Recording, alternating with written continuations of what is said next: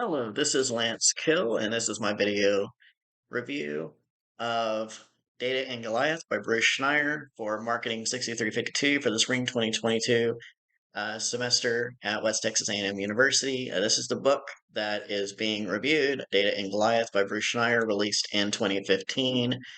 I will be doing a brief overview of what is included in the book and be focusing primarily on my arguments in regards to if I agree or disagree with the information that he presented and the associated uh, solutions, etc., that he presented. So the book is broken down into three parts. First, he describes the mass surveillance and big data that is very common now. Even more common now than it was when the book was released in 2015 and primarily written in 2014. And he basically goes over how that data is gathered, how it creates a nature of mass surveillance, how it also can be used in targeted surveillance along with marketing. Um, how that then can affect the quote what's at stake in regards to liberty, justice, privacy, business competitiveness, and security. And then he also presented principles and solutions on how he thinks that things can be done. Overall, I thought the book was a little bit alarmist, which undermined his point a little bit, especially in regards to how he was contradictory in some of his presentation, where he'll say one thing and then almost say the exact opposite in another portion of the book, which I found to undermine his argument. Um, However, the problem with big data is something that is referenced in the Social Dilemma film released by Netflix in 2020. That definitely is something that is ongoing now.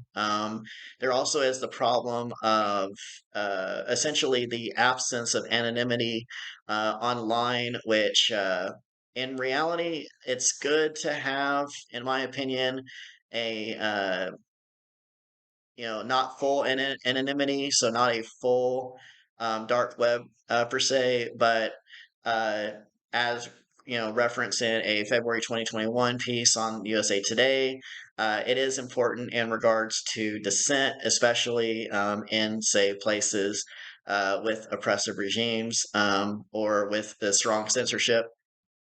The other thing is the mass surveillance can be very helpful as well. So I do think that that undermines his point that it's a problem. It's definitely not a problem in the sense of the way the data is gathered, even though there can definitely be improvements on that, such as better notification and better disclosure of how it's being obtained and more clarity. But you also need to protect the security. I'll move to that point here in a second.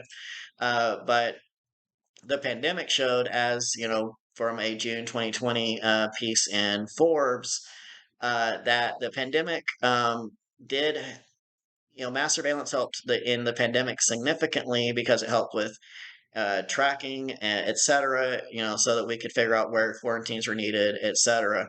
And then the final point that I want to move before I close is that mass surveillance can be used to undermine the security of a nation or a business, as referenced in a Reuters article from March of 2021 in regards to the election meddling by Vladimir Putin in Russia in the 2020 U.S. election, which also was present through other sources during previous elections, such as back in 2016, which is believed to be the case.